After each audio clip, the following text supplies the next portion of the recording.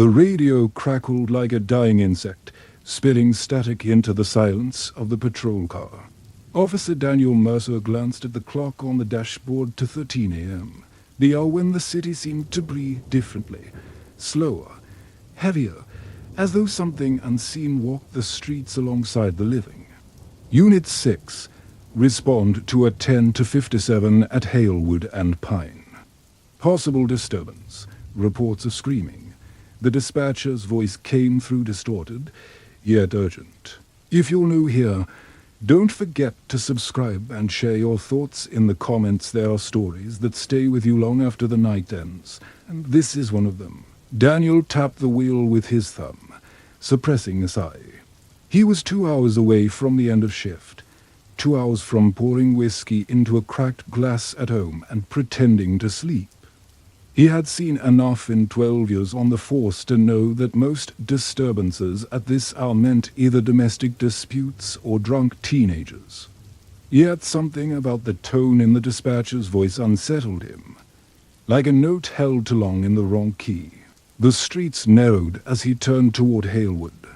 Houses pressed close, their windows dark, curtains drawn like eyelids refusing to open. The fog was unusually thick for late summer, clinging low to the ground, muffling the sound of the tires on asphalt.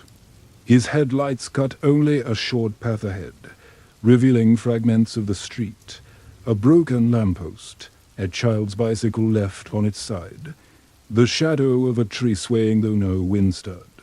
He found the house easily. Number 213, Pine Street. Its facade looked ordinary, 2 stories, peeling paint, a porch light flickering in weak defiance against the fog.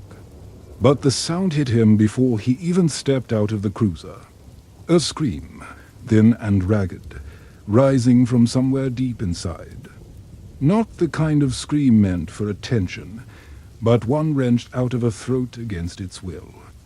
Daniel's hand tightened on the grip of his service weapon. He radioed in, Unit 6 on scene at 214 Pine. Possible assault. Entering to investigate. No response came back. Just static. He mounted the porch, each wooden board groaning under his weight. The door stood slightly ajar, as though someone had left in a hurry or never came out. He nudged it open with the barrel of his flashlight. The beam swept over the living room, overturned furniture, a lamp on its side, photographs scattered across the floor. Dust motes floated thick in the air, disturbed recently. Police, his voice echoed against the walls. If anyone's inside, call out. Silence. He moved deeper, every sense sharpened to the edge. The air inside was colder than it should have been, damp with a smell like rust and mildew. His boots brushed over broken glass. Then another scream, this time sharper, closer, rising from beneath the floor. The basement. Daniel found the door half hidden behind the kitchen, a narrow frame with peeling paint. He pulled it open, and a draft of cold air rushed past him, carrying the scent of earth and rot. The stairs creaked as he descended, the beam of his flashlight trembling slightly though his hand was steady. At the bottom, the basement opened into a wide, unfinished space. Concrete walls, exposed beams, boxes stacked in corners, and in the center, a single chair, its legs bolted into the floor. Straps dangled from the armrests. A woman sat bound, head slumped forward, dark hair hanging across her face. "Ma'am." Daniel stepped closer, lowering his weapon. "I'm Officer Mercer. You're safe now." The woman stirred, slowly, her head lifted. Her eyes caught the beam of light, pale, almost colorless, reflecting back like an animal's in the dark. Her lips parted. But the sound that escaped was not a play, nor words, but a long rasping breath that sent a chill down his spine. Behind him, the basement door slammed shut. Daniel spun, flashlight slicing through the dark, weapon raised. Nothing. Just the thud of the door echoing, followed by silence heavy as wet cloth. He called into his radio. Unit 6 requesting immediate backup.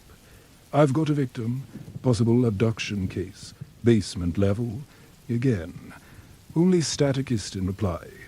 The woman began to laugh. It was soft at first, almost a hiccup, then growing, twisting, filling the concrete room. Her shoulders shook as she strained against the straps, eyes never leaving him. The laughter was round deep, resonating in the air like it came from more than one throat. "Who did this to you?" he demanded, keeping his aim steady.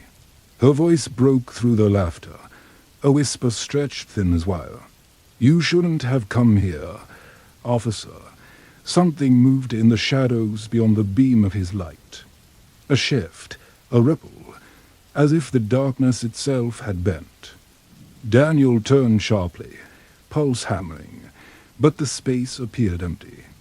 The boxes in the corner seemed closer than before, piled higher, leaning inward as though drawn toward him. He forced himself to breathe, to focus. "Stay calm. I'll get you out."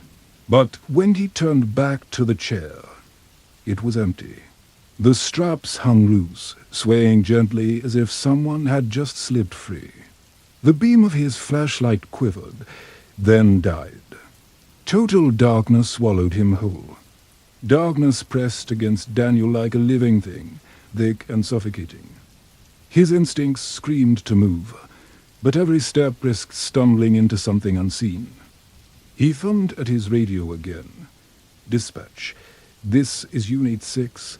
I've lost visuals. Need immediate backup. Repeat. Staticist back," rising like a growl in his ear before cutting off completely. For a moment, the basement felt soundless. Then came the breathing, not his. Slow, deliberate inhales, exhalations drawn out, circling him like a predator testing distance. His training told him to steady himself, but no academy manual had ever prepared him for this. He lifted his weapon, straining his eyes, waiting for shapes to emerge. "Show yourself." His voice cracked louder than intended. The answer came not in words, but in the scrape of nails across concrete, dragging in arcs round him. Then behind him a whisper, so close it burned hot against his ear. "Officer Messer." He spun and fired. The gunshot exploded in the dark, deafening, its flash momentarily revealing something impossible. A pale figure, long-limbed, skittering across the wall like a spider before melting into shadow again. The bullet struck. Nothing. The laughter returned, distant now, echoing through the basement walls, threading into his nerves like cold needles. Daniel's flashlight flickered back to life without his touch. Its weak glow no longer illuminated the boxes or beams. Instead, the beam fell upon a hallway that hadn't been there before, an opening cut into the concrete, descending deeper underground. The air wafting from it smelled of iron and soil, damp and raw. He should have left. Protocol demanded retreat, backup, procedure. But something, curiosity, defiance, or a force not his own, pulled him forward. He stepped into the passage, every muscle taut, each breath loud in his ears. The hallway narrowed, pressing inward until his shoulders brushed the rough stone. Etchings marked the walls, symbols carved deep, crude yet deliberate, spirals, crosses inverted. Shapes resembling twisted limbs. The deeper he went, the stronger the stench grew, coppery and sweet, clinging to his tongue like spoiled fruit. The passage opened into a chamber. His light trembled across rows of chairs bolted into the ground, identical to the one upstairs. Some were empty, others held remained skeletal figures, wrists still bound, jaws open in eternal screams. Candles burned low round them, though no one had lit them, their flames black instead of yellow, dancing shadows upward onto the ceiling. At the center stood the woman from before, only now unbound. She smiled, and her teeth gleamed too sharp, too many. Her eyes reflected the light like glass marbles, unblinking. "You wanted to help me," she said, her voice layered, like multiple mouths speaking at once. "But you're here to take their place." Daniel raised his weapon again. "Stay where you are." The chamber stirred. From the shadows between chairs, figures unfolded then. Emaciated shapes, crawling out on all fours, their skin stretched tighter crossbones, mouths splitting open far wider than human jaws should. Their eyes glowed faintly, hollow lights in the dark. He fired again. Once, twice, 3 times. The shots ripped through them, tearing holes, but the figures didn't falter. They lurched closer, limbs bending backward, bodies convulsing as if mocking pain. His magazine emptied with a final click. He cursed under his breath, stepping back toward the passage. But the hallway he'd entered through was gone. Solid stone sealed the exit, leaving only the chamber and the growing horde. The woman or the thing that had been her tilted her head. "Every officer that comes here swears they will protect. None leave." Daniel's chest hammered. He thought of his apartment, the half-empty bottle waiting on the counter, the quiet he once longed for. He thought of all the calls he had ignored, the times he turned his back to survive one more shift. And now, this was where his years of pretending would end. The creatures advanced. Their collective moans built into a droning chant, guttural and rhythmic, vibrating through the floor. The black flames flared higher, casting the chamber in grotesque silhouettes. Daniel did the only thing left. He grabbed one of the candles. Its heat burned his palm, though no normal flame should have. He held it out like a weapon, shouting over the din. "Stay back." The figures paused, writhing but halted. The woman's smile faltered, just for a fraction. The candle's black flame twisted, flared, and for a heartbeat Daniel saw something else, the basement as it truly was. Dusty, empty, no chairs, no carvings, no creatures. Just concrete and shadows. He blinked, and the vision snapped. The chamber returned, the horrors with it. But now he knew something in the flame was revealing truth, tearing through illusion. He thrust it higher, the fire lashing upward, searing black streaks into the ceiling. The creatures recoiled, shrieking, melting back into shadow. The woman screamed. Not human, not earthly, a shriek that cracked through the walls, rattled his teeth. Her form convulsed, splitting, unraveling into strands of darkness that hissed and curled away, leaving only empty air where she had stood. The chamber shook, stone fractured. The rows of chairs crumbled into dust. The ceiling began to cave, slabs crashing down. Daniel clutched the candle, running blind toward where the passage had once been. And then light. He stumbled forward, bursting into the original basement.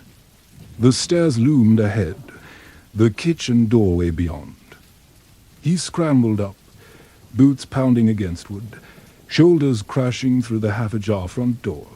Outside, the fog had lifted. His cruiser still idled by the curb, headlights cutting through quiet streets. The radio on his shoulder sparked to life. "Unit 6.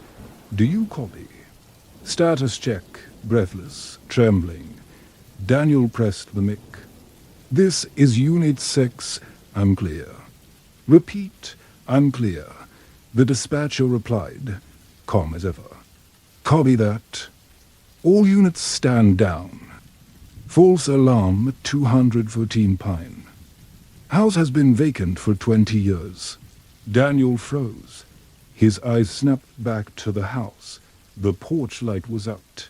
The windows boarded, the wood rotting, vines crawling up its frame. No sign of the basement he had entered. No sound. No movement. In his hand, the black candle still burned. The first time Officer Karen Doyle saw the man, she almost dismissed it as fatigue. Night shifts blurred into one another, hours of monotony broken by bursts of adrenaline. At 3:47 a.m., cruising along Interstate 9, her headlights picked him out in the rearview mirror, a figure standing in the middle of the otherwise empty road behind her cruiser. Tall, thin, immobile. Her foot hovered over the brake, instinct pushing her to stop, but training forcing her to think. A lone dot highway stretched miles from the nearest town. No reports of pedestrians. And yet, there he was silhouetted against the pale beam of her taillights, hands at his sides, head tilted ever so slightly as if he were listening. Karen blinked, rubbed her eyes, checked the mirror again, empty. The road stretched backward, black ribbon cutting into the trees, unbroken. She exhaled, muttering under her breath. Get a grip, Doyle. Too much coffee? If you're new here, remember to subscribe and drop your thoughts in the comments. Sometimes the scariest calls don't come over the radio, but from what you glimpse when no one else is watching. Her shift dragged on. Routine traffic stops. One drunken driver, a stranded motorist with a flat. The memory of the figure receded to the back of her mind, the way nightmares fade after sunrise. Still, when her shift ended at dawn, she avoided looking in the mirror for too long. The following night, she saw him again. It was later this time, past 4 a.m. A fog clung to the asphalt, her cruiser humming steady at 50. She caught him not in the rear view this time, but in the side mirror, the same tall silhouette, closer now, as though he had been following her all along. She slammed the brakes, heart pounding, eyes darting to the empty road behind her. Nothing. Only fog dispersing under red brake lights. She forced herself to radio in. Dispatch, Unit 12. I've got possible pedestrian activity on I-9, near mile marker 42. Can we confirm any reports? Static. Then the dispatcher's calm voice. Negative. Unit 12. Road's clear. You sure you're not seeing shadows? Visibility is low tonight. Karen clenched her jaw. Copy. The rest of her shift was uneventful, but her thoughts weren't. When she drove home at sunrise, exhaustion pulling at her eyes, she couldn't shake the sensation that something sat in the back seat, just out of sight. She refused to look, not until she parked in her driveway. When she did finally glance in the rear view, of course, it was empty. But her neighbor swore otherwise. Karen, Mrs. Levine called from across the fence later that morning, adjusting her glasses with wrinkled fingers. Who's that man you brought home with you? Tall fellow. Didn't see him get out of the car, though. Karen froze, gripping her keys too tight. What man, Mrs.? Levine chuckled softly, unaware of the ice in Karen's veins. Oh, you know me. Probably my eyes playing tricks. Looked like someone was sitting in your car when you pulled in. That's all. That night, Karen avoided the highway. She told herself it was coincidence, fatigue, suggestion. But duty pulled her back eventually. Patrol routes didn't care about superstition. The third sighting was different. She was parked at a rest stop off I-9, sipping lukewarm coffee, when a soft thump echoed behind her, like someone had leaned against the trunk of her cruiser. Her hand went immediately to the holster, adrenaline snapping her awake. She checked the mirror's dash there. The man, not in the distance this time, but standing directly behind the vehicle, face obscured by the reflection, shoulders sharp against the night. Karen's pulse spiked. She shoved open the driver's door, weapon drawn, circling to the back. No one. Her breath clouded in the cool air, the only sound her own footsteps on gravel. She circled the cruiser twice. The lot was empty, save for her and a flickering lamppost. But when she climbed back inside, the scent of earth filled the cabin. Damp soil, as though someone had been sitting in the back seat, dripping mud onto the floor mats. She checked. They were clean. That was when she started keeping a journal. Not for evidence who would believe this, but to track, to prove to herself she wasn't losing her mind. Day 4, rearview sighting, 3:15 a.m., northbound. Figure closer. APPO X.20 yards. No footprints on roadway. Day 6, side mirror sighting, 4:03 a.m. Behind right rear fender. Fog heavy. Passenger seat belt unlatched upon return. Each entry grew stranger. Lights flickering in the cruiser's dashboard.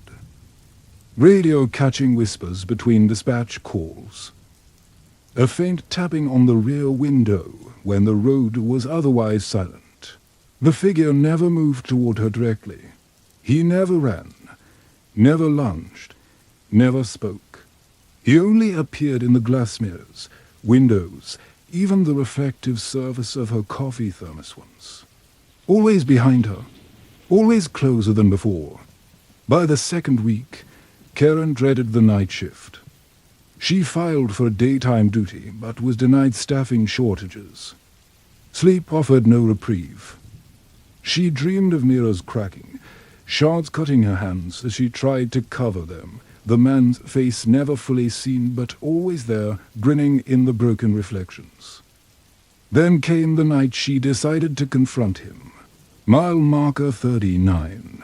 She had parked on the shoulder, engine idling, headlights painting long spears into the fog. She angled the rear view just enough to catch the figure behind. There he was, as always tall, watching. Her hands trembled, but she forced herself to stay. She would not blink, not look away. "Who are you?" she whispered into the mirror. The glass trembled, a faint vibration humming through it. And then movement. For the first time, the man stepped forward. 1, 2 paces closer, his outline sharpening. Karen's throat constricted. She gripped the wheel until her knuckles blanched. The radio crackled suddenly. The dispatcher's voice warped with static. "Unit 12. Behind you." Her heart nearly stopped. She whipped round, empty back seat. But when she looked forward again, the figure was no longer in the mirror. He was standing in the middle of the road, directly ahead of her headlights. Karen's foot slammed the brake instinctively, the cruiser screeching to a halt, tires smoking on damp asphalt. Her headlights framed the figure perfectly tall, motionless, arms hanging at his sides, his face still obscured by shadow though the beams cut through the fog like blades. He wasn't supposed to be real. He was never supposed to leave the mirror. She drew her weapon, rolled the window down a crack, voice sharp but unsteady. "Police. Stay where you are." The figure didn't move, didn't flinch, didn't even blink. Karen climbed out of the car, her boots crunching gravel, weapon trained on his chest. The silence was unbearable. Not even crickets, not the wind, only the distant hum of her cruiser's idling engine. Her breath misted in front of her, rapid and shallow. "Identify yourself." He tilted his head, slow and deliberate. The movement was too fluid, as though bones weren't quite where they should be. The shadow stretched unnaturally, spilling across the asphalt, reaching toward her feet even though the light came from behind him. Karen fired. The shot rang out, echoing into the trees. The figure jerked once, then straightened again. No blood. No reaction. The bullet had passed clean through, embedding itself in the guardrail beyond. Her pulse roared in her ears. She stepped back toward the cruiser, not turning her back, every nerve alight with the need to escape. But when she reached for the driver's door, her reflection stared back at her in the window, her own face. Yes, but behind her, in the back seat, the man sat upright, staring directly into her eyes. She spun around. Empty road. A hand shook on the door handle. She climbed in fast, slammed the locks down, gunned the engine. The cruiser roared forward, headlights swallowing the fog, speedometer climbing. She checked the rear view. She couldn't help it. He was there again, seated calmly in the back, closer than ever. His features blurred, but the outline of his smile gleamed faintly in the glass. "Get out," she screamed, twisting to aim her weapon over the seat. The barrel cut through empty air. The back seat was vacant. Her radio crackled. "Unit 12. You can't outrun him." The voice wasn't dispatch. It wasn't anyone she recognized. It was deeper, stretched thin, like it came through miles of static. Karen's hands slipped on the wheel. The cruiser fishtailed, tires shrieking before she wrestled control back.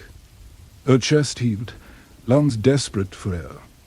"What do you want from me?" the voice replied, calm, final.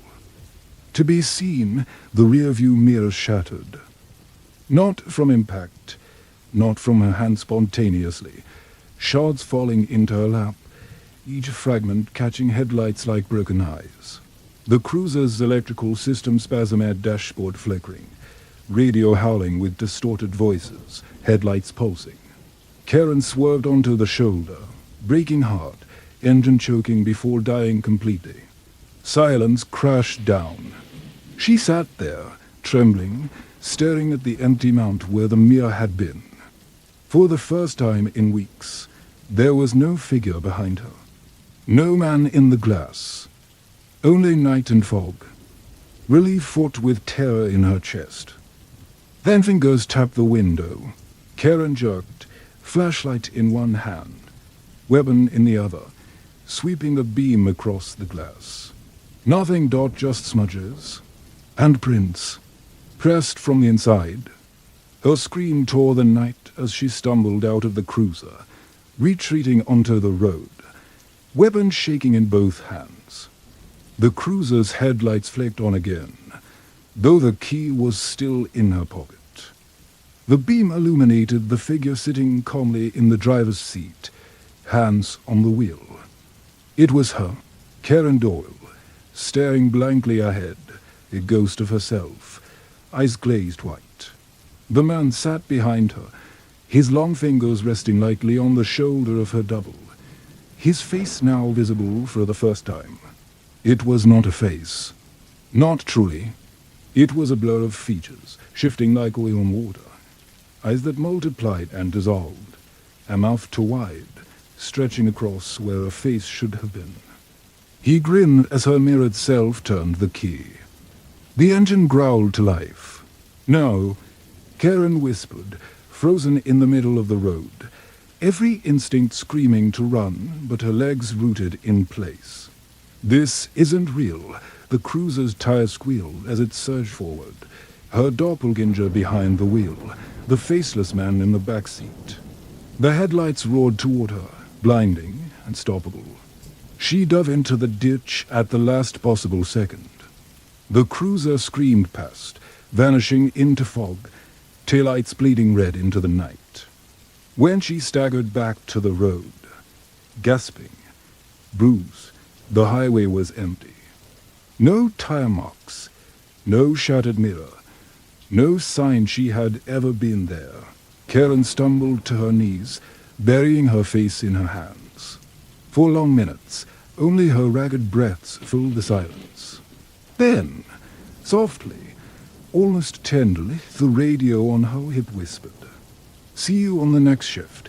She tore it free, hurling it into the trees. It landed with a faint crack, the voice silenced. At dawn, a passing trucker found her walking along the shoulder, pale, trembling, weapon still drawn. She told him nothing. She filed no report. In the precinct logs, the night was uneventful, another stretch of empty highway. But Karen knew better. Every reflective surface, her bathroom mirror, her car window, even the dark gleam of her coffee mug, she avoided them all, because the man was not gone. He had only found a new way to wait, and sometimes, when exhaustion blurred her vision and she caught her reflection in passing glass, she swore she saw him again just behind her, smiling. The old station on Willow Creek Road was more relic than workplace.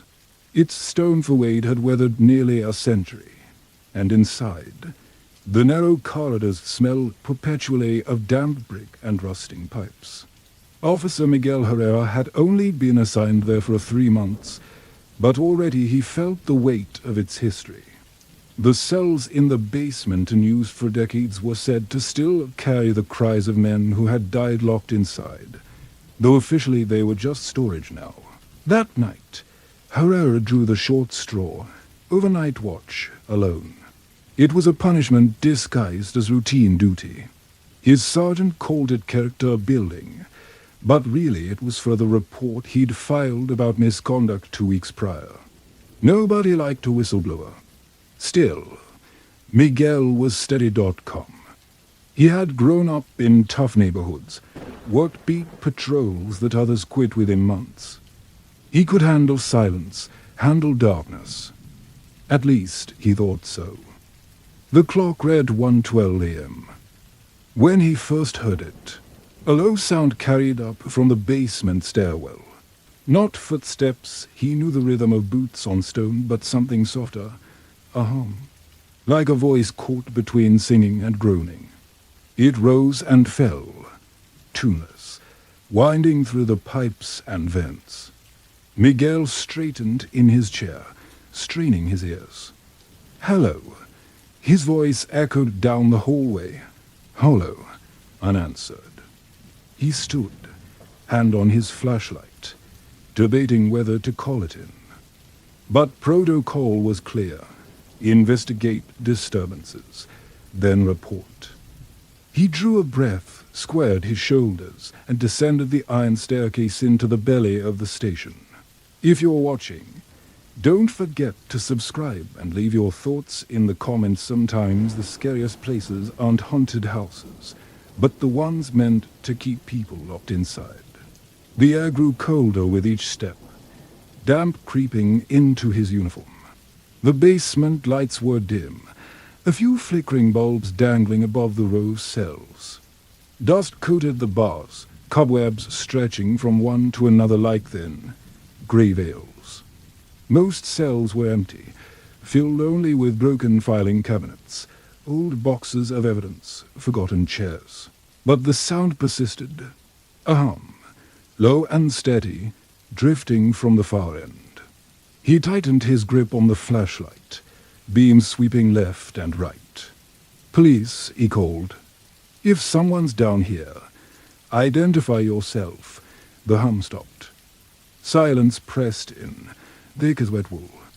Miguel took cautious steps toward the last cell, the one tucked into the corner where light barely reached. Its door stood ajar, rust eating through the hinges. He swung the flashlight inside, empty. Just a cracked cot and a rusted bucket. He exhaled, shaking his head, great. Losing it already. But then metal scraped behind him. He spun. The cell door he had just passed had closed. He knew it had been open. He'd seen the bars wide. Now it stood locked, chain rattling against its frame. His pulse quickened, but he forced himself forward, tugging at the door. It didn't budge. "Who's down here?" His voice came harsher now. edged with frustration. "This isn't funny." From the darkness, a whisper slithered back. "Officer." He froze, light jerking toward the far wall. No one. Only shadows rippling against brick. "Come out where I can see you." The whisper again. Closer. Officer Herrera. His blood chilled. Nobody here knew his name. Not down in this basement. He swept the flashlight across the hall. For a brief instant, the beam caught a face count. Pale. Eyes sunken yet gleaming, pressed between the bars of another cell. Lips curling into a grin. Miguel staggered back, weapon drawn now, hands slick with sweat. "Show your hands." Step out slowly. But when he blinked, the face was gone. The cell stood empty, dust undisturbed. He backed toward the stairs, keeping his light steady, every instinct screaming to leave. And maybe he would have if the humming hadn't started again. This time, it came from above, from the very room he had left. His heart dropped. He climbed fast, boots clanging against iron, until he burst back into the main office. His desk sat exactly as he'd left it. Papers scattered, coffee still steaming faintly. But the humming filled the room, resonating from the walls themselves. Miguel circled, searching corners, checking doors. Nothing. He pulled his radio to call dispatch, thumb pressing the button. Before he spoke, a voice cut through. "Unit 4, you're not alone tonight." His throat tightened. That wasn't dispatch. The tone was Ronsled, elongated, like someone speaking through water. "Who is this?" "Identify yourself." Static. He backed toward the entrance, eyes flicking to the glass front doors. His reflection stared back at him in the pane. Only it wasn't his reflection. Not fully. The man staring back wore his uniform, bore his face, but his eyes were black pits, and his mouth hung open in a silent scream. Miguel's stomach lurched. He stumbled backward, chair legs scraping. The reflection moved, but not with him. It lagged, then tilted its head slowly, deliberately, grinning wide with broken teeth. The glass rattled, thin cracks spider-webbing outward from the reflection's mouth. Miguel spun, racing down the hall, desperate for another living soul. He tried office doors locked, storage closet empty. The whole station seemed deserted. He stopped to catch his breath, leaning against the wall. That was when he saw it. One of the old wanted posters pinned to the bulletin board had changed. He knew these faces petty criminals, dated mugshots yellowed with time. But now, in the center, a fresh photo stared back, his own. Officer Miguel Herrera, eyes wide, mouth opened mid-scream. Beneath it, in jagged letters scrawled by hand, inmate. His pulse thundered. He tore the poster down, crumbling it. But when he turned, every wall was lined with copies. His photo plastered over every bulletin board, every scrap of space, hundreds of screaming versions of himself. The humming grew louder, vibrating in his bones. He pressed his palms over his ears, but the sound only swelled, inside his head now. And layered beneath it whispers, countless voices, all chanting the same thing. "You belong here." The lights snapped off. Total blackness swallowed the station, leaving only the echo of whispers and the sound of cell doors slamming shut, one by one, somewhere deep in the basement. The sudden darkness wrapped round Miguel like a shroud. His pulse raced in his throat, his flashlight the only lifeline he had. With a trembling thumb, he clicked it on. The beam stuttered, flickering weakly across the corridor. The humming had stopped, but the silence was worse, thicker, oppressive. like the air itself was listening. He forced himself to move. "This is Officer Error," he said, trying to steady his voice, radio pressed to his lips. "Station compromised. Possible intruder. Requesting immediate backup. Static hissed. Then a reply, warped and low. Copy, Unit 4.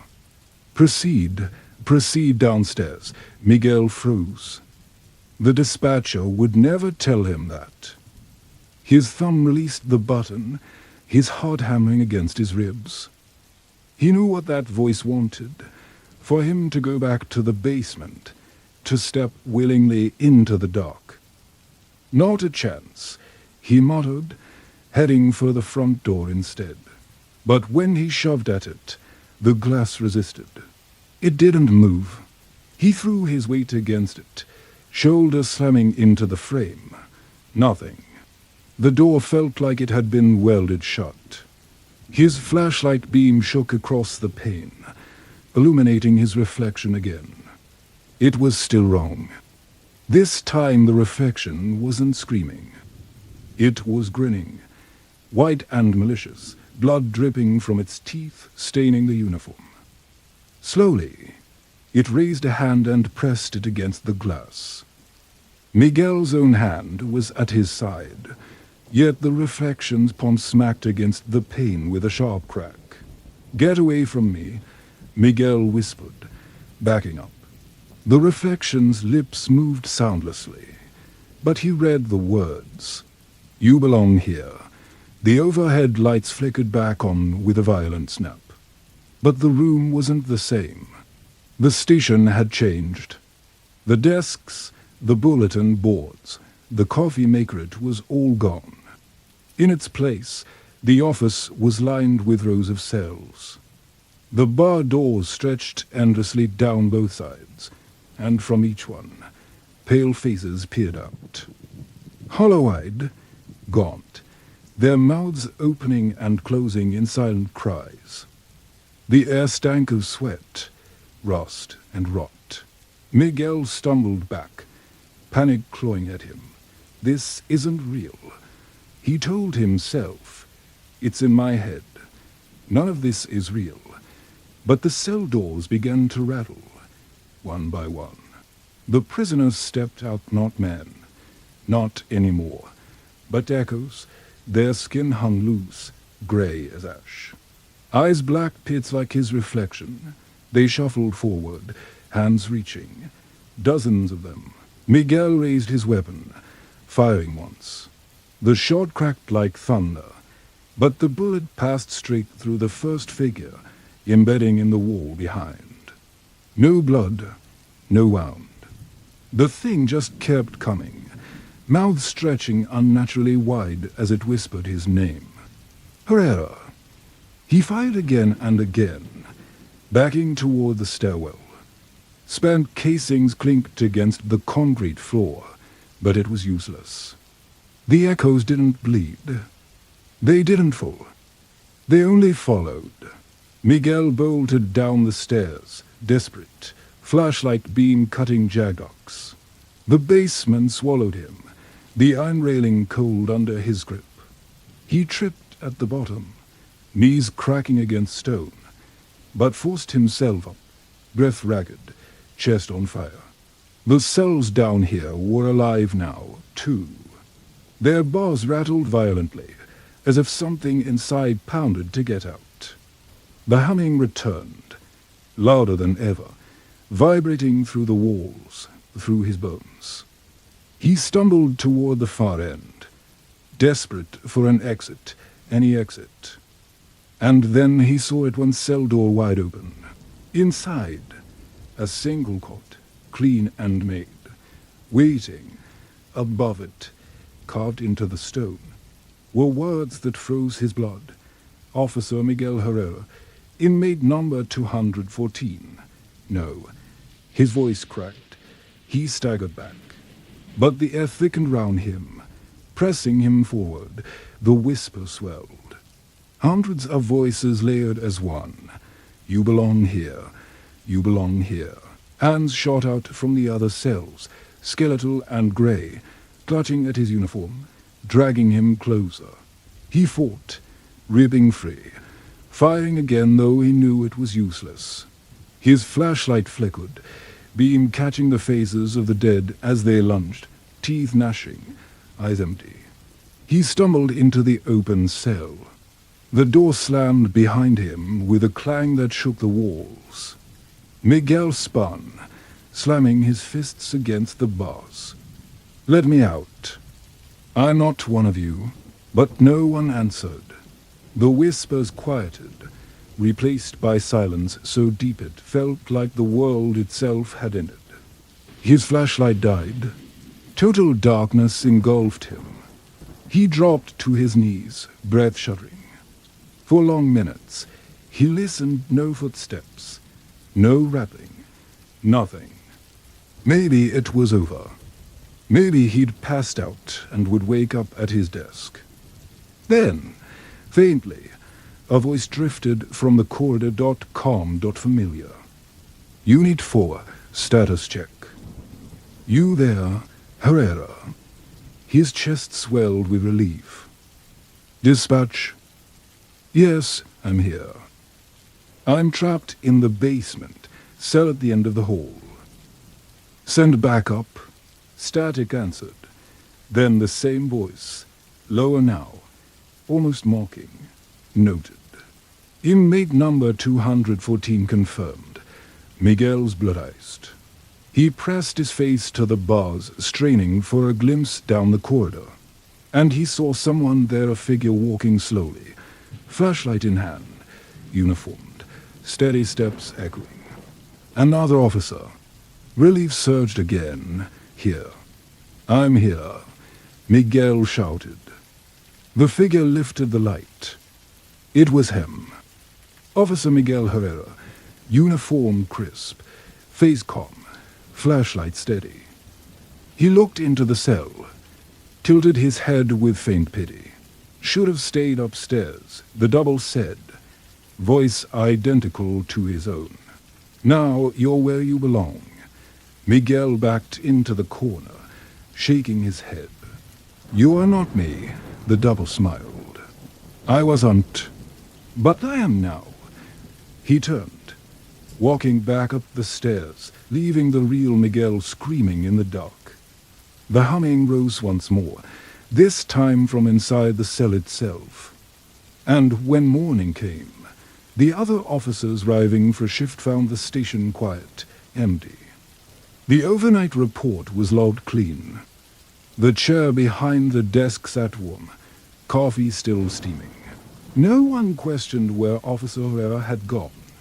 But sometimes, late at night, when another cop drew basement duty, they swore they heard humming from the last cell, low and steady. A man's voice whispering, "You belong here." The desert highway stretched endlessly beneath a bruised purple sky, the asphalt shimmering in the heat haze even as night began to crawl over the horizon. Out here, silence was never truly silent.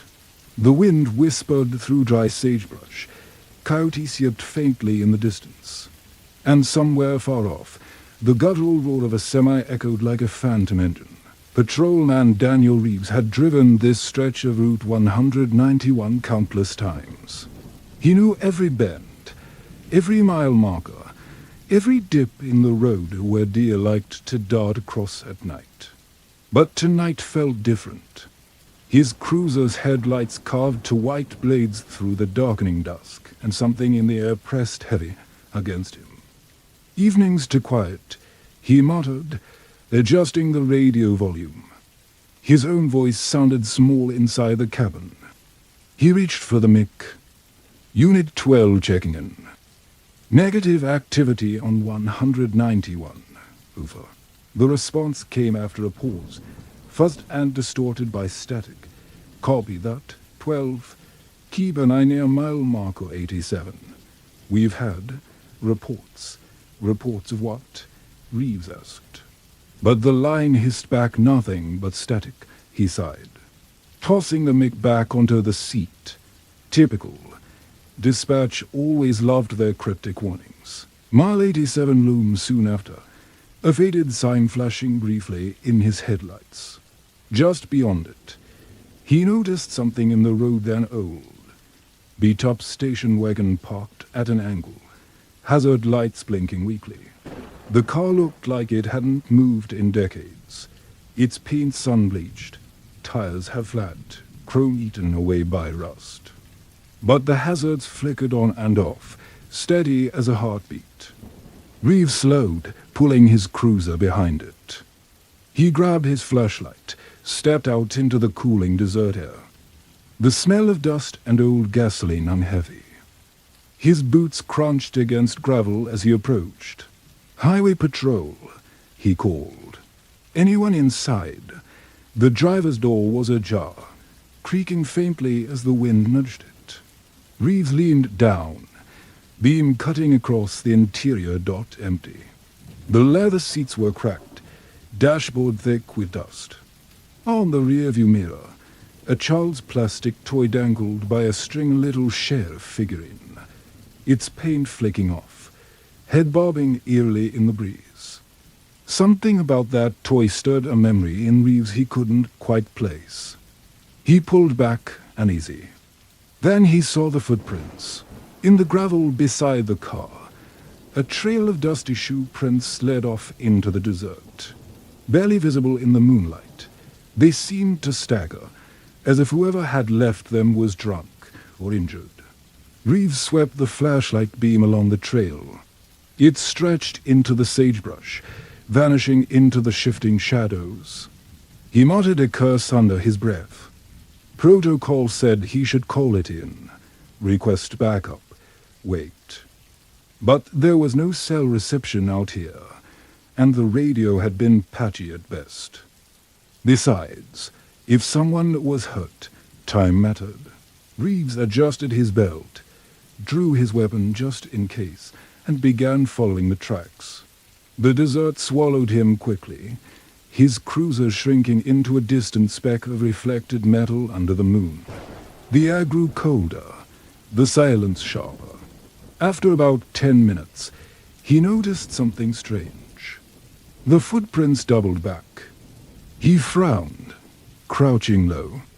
Yes, the trail he'd been following suddenly turned round on itself, looping back toward the road.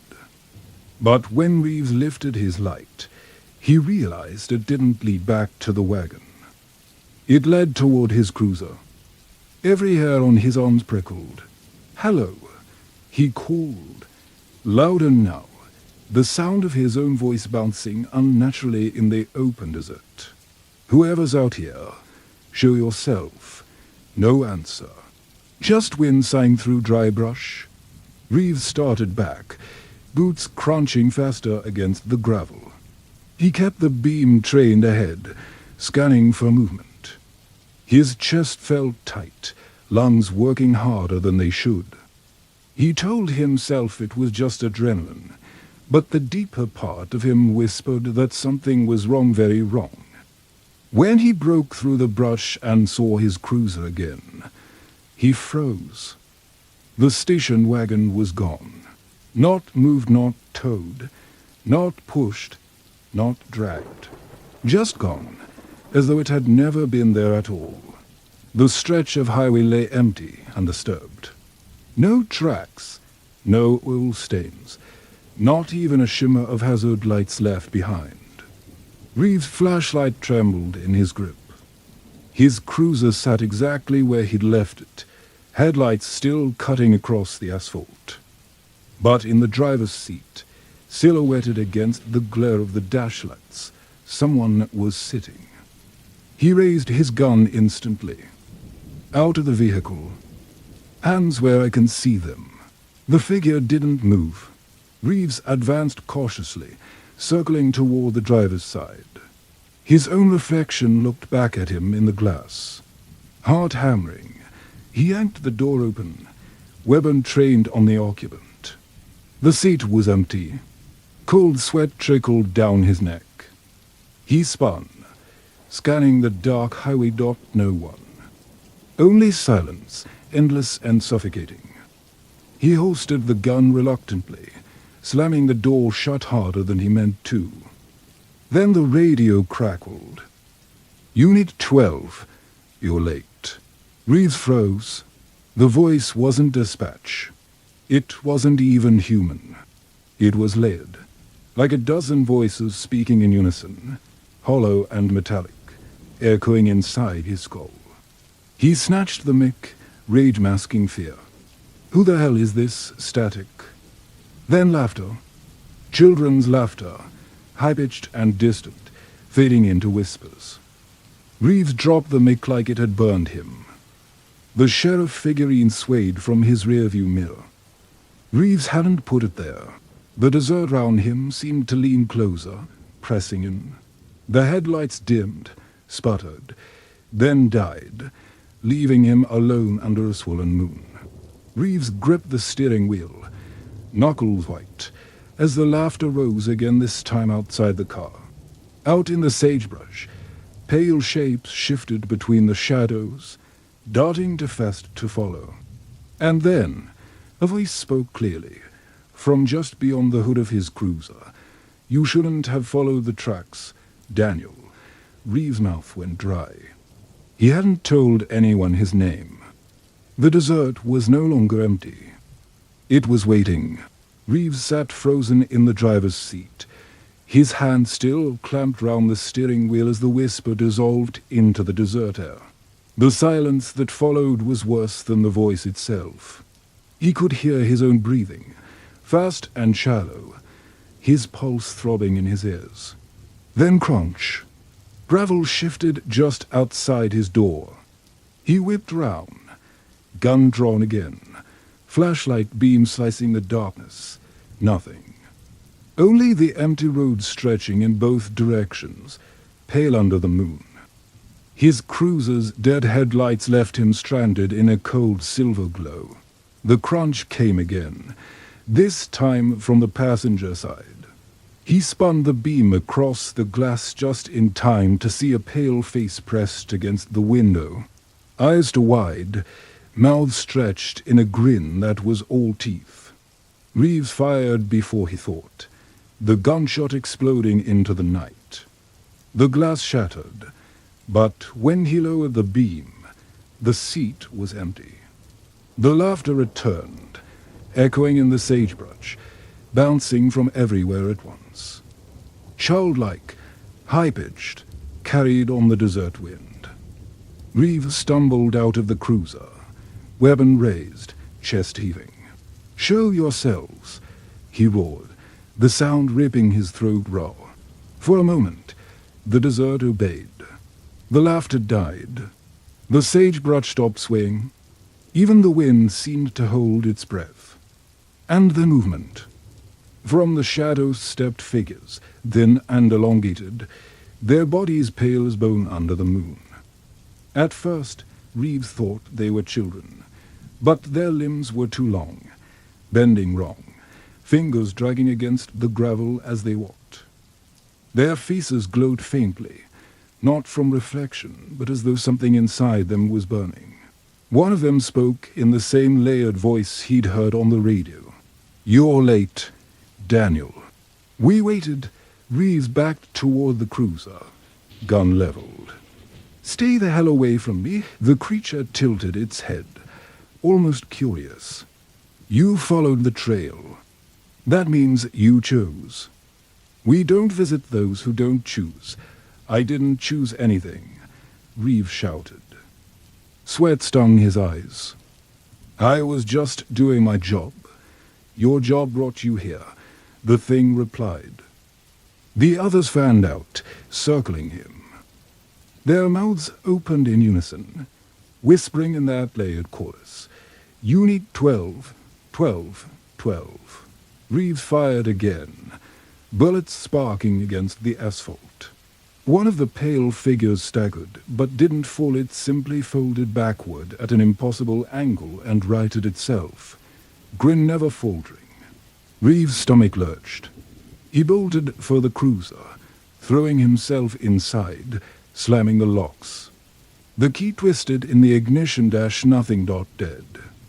The dashboard glowed briefly, and words scrawled themselves across the cracked digital display. Mile 87. Reeves punched the wheel, teeth bared. God damn it. The figures pressed their faces against the windows now, grinning, whispering his name. Reeves turned in every direction, light catching their sunken eyes, their twitching hands. His breath fogged the glass. He could almost taste the dessert dust thick in his mouth. Then the rearview mirror moved. The sheriff figurine bobbed gently, and behind it, in the reflection, he saw something he hadn't expected. Himself, not sitting in the driver's seat, but standing outside the cruiser, staring back at him. His reflection smiled. Reeves spun, gun raised, but the seat behind him was empty. He went back to the mirror. The other Reeves pressed a hand to the glass. The words fogged across the reflection as though written by invisible breath, traded places. Reeves felt the dessert tilt under him, the air collapsing in his lungs. The figures outside were gone. The road was gone. Everything blinked out like a light switched off, leaving only blackness. When his vision cleared, he was no longer in the cruiser. He was standing on the side of the highway, the sagebrush cold around his legs, moonlight sharp overhead. The station wagon sat parked exactly as before, hazards blinking steadily. From inside it came the faint sound of a child laughing. Reeves staggered forward, hand shaking on his weapon. He yanked the driver's door open. The interior was no longer cracked, and dusty it was pristine, smelling faintly of gasoline and candy wrappers. In the driver's seat sat a man in uniform. Reeves' own uniform. His own face. About time, the other Reeves said, voice calm, eyes to dark. Shift change. The door slammed on its own. Reeves pounded on the window, screaming, but the glass didn't shatter this time. His other self adjusted the mirror, the sheriff figurine swinging. Then the engine roared to life. No. Get out of there, Reeves bellowed, his voice raw and useless. He hammered the glass until his fists bled. The other Reeves didn't look at him again. The cruiser pulled away from the shoulder, taillights glowing red until they melted into the horizon. Reeves stood in the dust, chest heaving, desert silent once more. Slowly, the station wagon's hazards blinked out, one by one. He turned in a circle, desperate for landmarks, but the highway behind him was gone. No asphalt, no painted lines, no mile markers. Only endless desert in every direction, silver under the moon. And in the distance, faint but growing clearer, came the sound of laughter. It wasn't human laughter anymore. It was his. The first scream tore through the night like a razor, sharp and unbroken, echoing in the trees until it seemed to come from everywhere at once. It was the kind of scream that clawed at instinct, that told even the bravest soul to run. Deputy Claire Harlow froze mid-step, her flashlight beam catching only the thick trunks and shadows of Pine Hollow forest. The scream ended abruptly, leaving a silence far worse than noise. If you're listening to this, don't forget to subscribe and share your thoughts below. Sometimes a voice in the dark is all that keeps the story alive. Claire was new to Ashford County Sheriff's Department, but she wasn't easily rattled.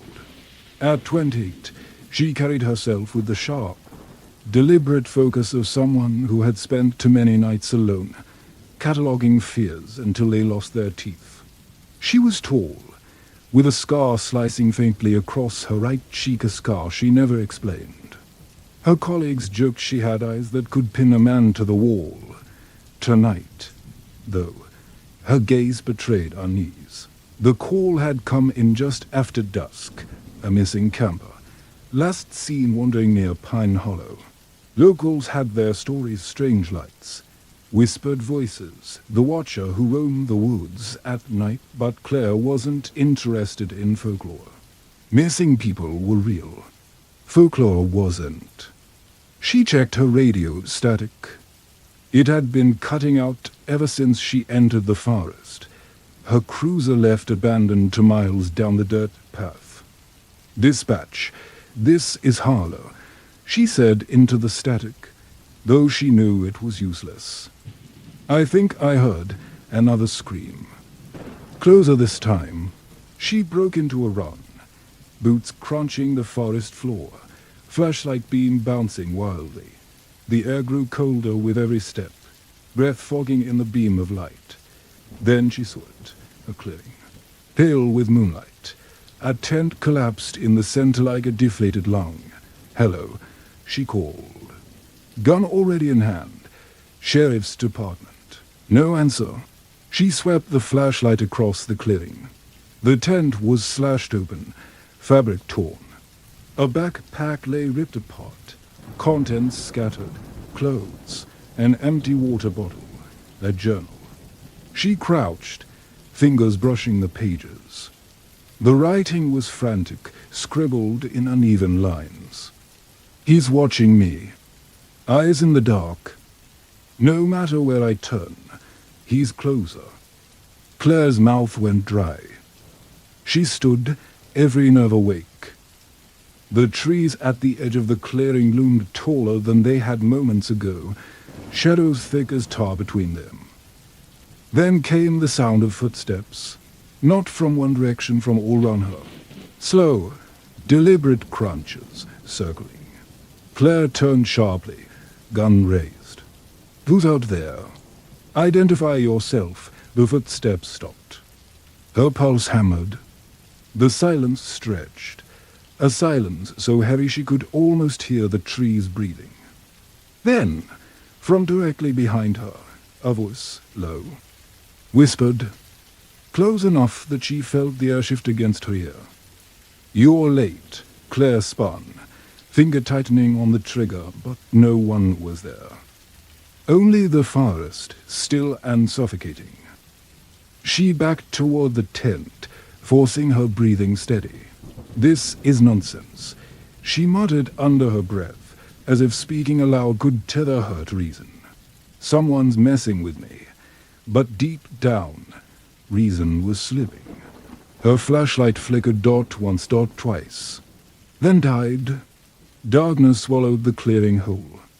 Claire swore, slapping the flashlight against her palm. Nothing. She fumbled for her radio, but it hissed only static. And then, just as her eyes began to adjust, she saw them. Eyes, dozens of them. Pale, gleaming, low to the ground and high in the trees, blinking in and out of sight. They weren't the yellow eyes of animals. They were white, glowing faintly like distant lanterns. All fixed on her. Claire raised her gun with both hands, every muscle rigid. "Stay back." The eyes didn't move. They only blinked, in unison, like one enormous creature breathing. Then, from within that wall of darkness, came a shape, dot tall, dot to tall. Shoulders narrow, limbs stretched to far, skin pale enough to reflect the moonlight. Its head tilted unnaturally, as though curious. Claire's throat tightened. Jesus Christ! The thing stepped into the clearing, silent as smoke. It stopped just beyond her flashlight's dim range, where its details remained blurred, but its presence pressed into her chest like a hand. She fired. One shot, then two, echoing off the trees. The creature didn't fall. It didn't even flinch. It only raised its head higher, and from its chest came a sound, not a growl, not a scream, but something worse. A chorus of voices led, whispering all at once. Claire stumbled back, the sound crawling under her skin. The journal pages flapped in the cold wind, as though invisible hands turned them. Her flashlight blinked once more, briefly catching the creature's face. It had no eyes. The eyes she'd seen, dozens of them, were scattered across its body, pulsing, watching. Claire's breath broke into gasps. She bolted from the clearing, crashing through the trees, branches clawing her arms. Behind her, the layered whisper followed, words she couldn't understand, sinking into her bones. She didn't stop until her knees hit the dirt path, lungs burning, sweat freezing against her skin. Ahead, dim through the trees, she saw a light her cruiser's headlights. Relief surged through her. She stumbled toward them, tears stinging her eyes. But as she got closer, the relief curdled. The headlights weren't on her cruiser. Her cruiser was still 2 miles back. These lights were softer, yellowed, swaying slightly like lanterns. And as she drew closer, her steps slowed, dreadlocking her muscles. Because the lanterns weren't lanterns. They were eyes, suspended in the air, waiting for her. The eyes hovered in the darkness, dozens of them, some clustered together, others blinking lazily apart. They weren't tethered to any shape Claire could see. They simply floated, and blinking, glowing faintly in the cold night. She froze mid-step, chest heaving, the bitter taste of copper filling her mouth where she'd bitten her tongue while running. Her training screamed, "Don't freeze, move, survive." Yet every instinct buried deep inside her whispered the opposite. Don't move. They see movement. She forced her legs forward, each step heavy, sinking into the mud of the forest floor. Her gun was still raised, though she knew how useless it had been. The eyes shifted as one, turning with her, following. A bead of sweat slid down her temple. She tried to focus on logic, maybe a trick of light. Maybe dozens of animals, but nothing about it fit. The air itself felt wrong, thick, as if she had waded into the depths of a black ocean. Keep walking, she told herself, voice hoarse. Keep walking and don't. The whisper returned. That chorus of layered voices, low and close though the nearest eyes were several feet away. Claire, Claire, you don't belong here. Her grip on the gun tightened. Shut up, she shouted, more to steady herself than to scare it. Her voice cracked in the stillness, absorbed by the trees, as though the forest itself swallowed sound. Then the eyes blinked, all at once, and when they reopened, they were closer. Claire stumbled back, slamming against a tree, pulse rattling like a drum. She fired into the cluster. The recoil snapped her wrist, ears ringing. The muzzle flash lit the forest for an instant, and in that instant she saw it. The tall, elongated figure again, half hidden in the trees. Its limbs bent too far the wrong way, its head cocked at an angle that made her stomach twist. Eyes riddled its body like a constellation, each glowing independently, each unblinking. The gunfire did nothing. No blood, no stumble, only an eerie stillness. She ran. Her boots thundered against the dirt path, lungs raw, branches whipping at her face. The eyes didn't follow in a normal way. They glided, shifting positions, always reappearing just ahead, like the forest bent to let them through. Claire's thoughts spiraled. Is this thing real? Am I losing it? At last, she broke through the tree line and onto the road where her cruiser sat. Relief nearly knocked her to her knees. She yanked the door open, threw herself inside, slammed the locks, and jammed the keys into the ignition. The engine coughed once, twice, dead. No, no, come on, she begged, slamming her fist on the wheel. She tried again. Nothing. Static whispered from the radio, though she hadn't touched it. Then headlights blazed behind her, flooding the rearview mirror with white. Another car. Relief shot through her. She scrambled out of the cruiser, waving her arms. Help. Over here, the headlights didn't belong to a car. They hovered, to great orbs of white, too high above the ground to be a vehicle. Slowly, they blinked. Claire's scream tore the night open. She threw herself back into the cruiser, slamming the door shut just as the glass shuddered under invisible pressure. The frame groaned, metal creaking. The whisper surrounded her again, pressing against the glass-like invisible hands. And then silence. Her chest rose and fell in shallow bursts. She dared a glance out the window. The headlights, those eyes were gone. The forest was still. Too still. Her radio crackled, a voice. Harlow. Respond, her heart soared. Dispatch. It's Harlow, I need backup at Pine Hollow. I repeat, urgent. Something's. The voice cut her off. It wasn't dispatch. It was her own voice. Harlow. It's too late. She dropped the radio as though it had burned her. Every hair on her arms lifted. She fumbled for her phone, but the screen only glowed faintly before filling with static lines. Through the distortion, she saw them eyes, hundreds of them, pulsing on the screen like they were inside the device itself. No, Claire whispered, throwing the phone onto the passenger seat. A sharp rap echoed against the glass. She whipped her head toward it. A face stared back. Not the creature's face, her face. Pale, hollow-eyed, lips curling into a smile she wasn't wearing. The doppelganger pressed its hand against the glass. Its fingers were too long, joints bent wrong, nails tapping like claws. Whispered words forked against the window from its mouth. Come back. Claire fired point-blank through the glass. The shot blew out the window, shards exploding into the night. When the smoke cleared, the thing was gone. Only the trees remained. Her hands trembled so violently she could barely reload. She forced herself out of the cruiser, knowing staying put was suicide. The forest loomed ahead, endless shadows.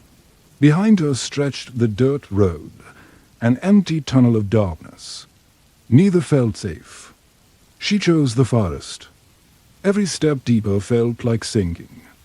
The air grew colder, her breath sharp in her throat. She passed tree after tree, each marked with strange carvings she hadn't noticed before, spirals, eyes, and symbols etched deep into the bark. She touched one with shaking fingers. It was fresh. The whispers swelled. She stumbled into another clearing. This one was different. In the center stood a wooden totem, taller than a man, carved with crude faces stacked one atop the other. Their mouths were wide open, eyes hollow pits. At its base lay dozens of objects, shoes, backpacks, scraps of torn fabric. And bones. Human bones, bleached by time.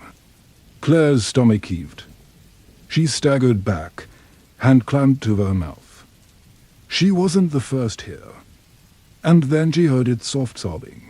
She spun, flashlight beam jerking. At the edge of the clearing stood a young man, no older than 20, shirt ripped, face streaked with tears. His body shook violently, eyes wide with terror. Please, he begged, voice breaking, help me. He won't let me go. Claire's heart lurched. The missing camper. She stepped toward him. Hey, it's okay. I'm with the sheriff's department. I'm here too. The boy shook his head frantically. No, you don't understand. You're not supposed to be here. His gaze darted behind her. His lips formed a word, barely audible, run. The totem groaned. Slowly, the carved mouths began to open wider, wood splitting, as if the faces were alive. From within the hollow mouths, eyes bloomed white, glowing, endless. Claire backed away, dragging the boy with her, but the whispers thundered, rattling as coal. The forest itself seemed to lean closer. And then, with a sickening crack, the totem bent forward as though bowing. Something began to crawl out from the hollow beneath it. Something tall. Something with too many eyes.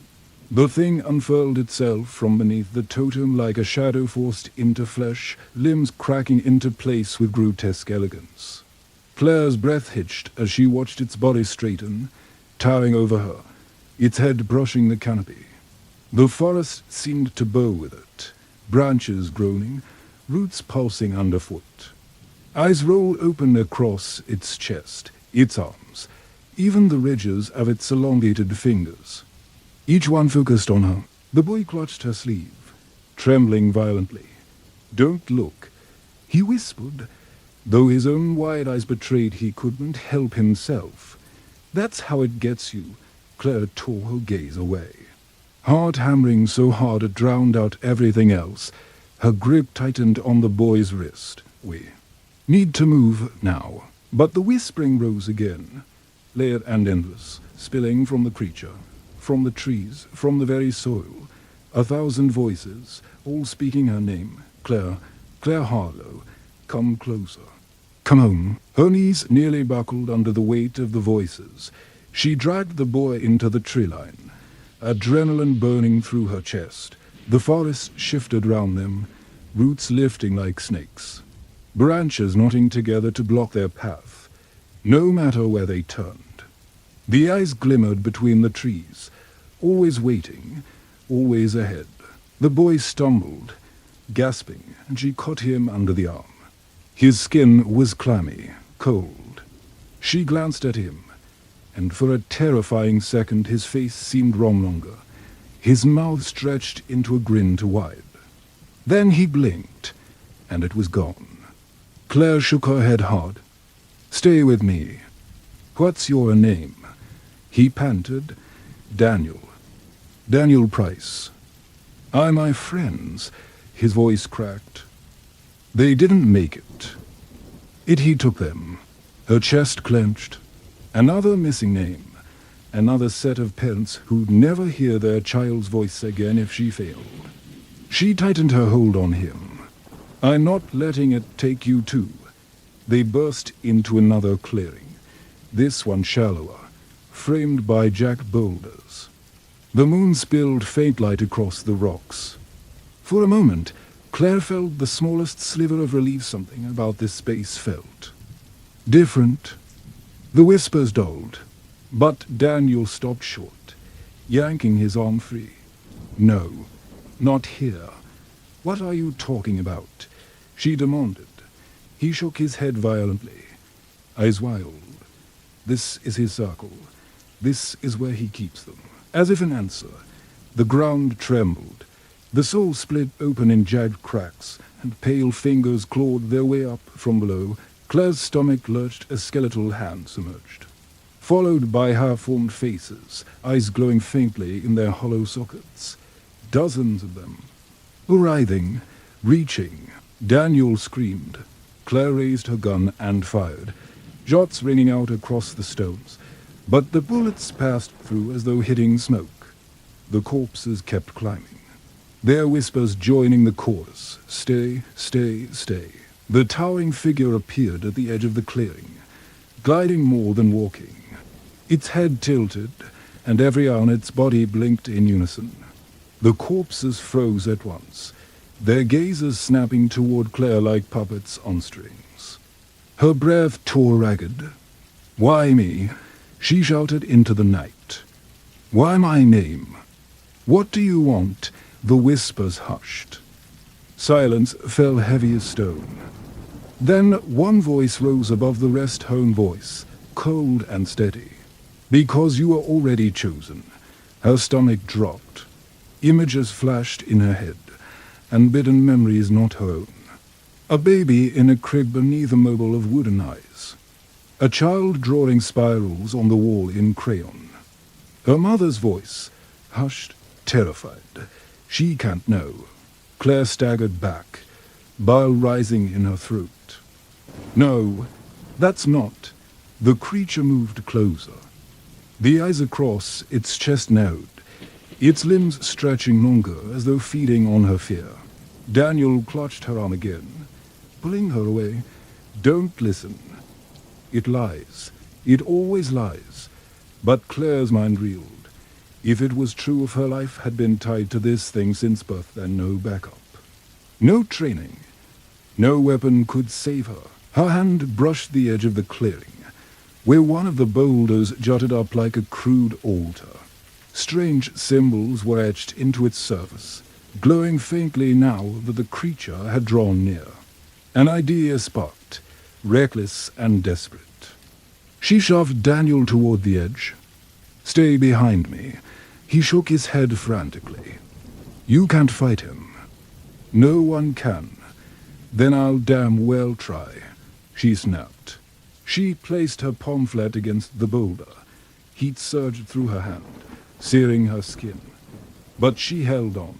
The symbols pulsed brighter. The creature recoiled slightly, the whispers faltering. Claire gritted her teeth, forcing her voice steady. You don't own me. For the first time, the thing's head jerked back. Its chorus of voices rose to a shriek, rattling the air, tearing at her eardrums.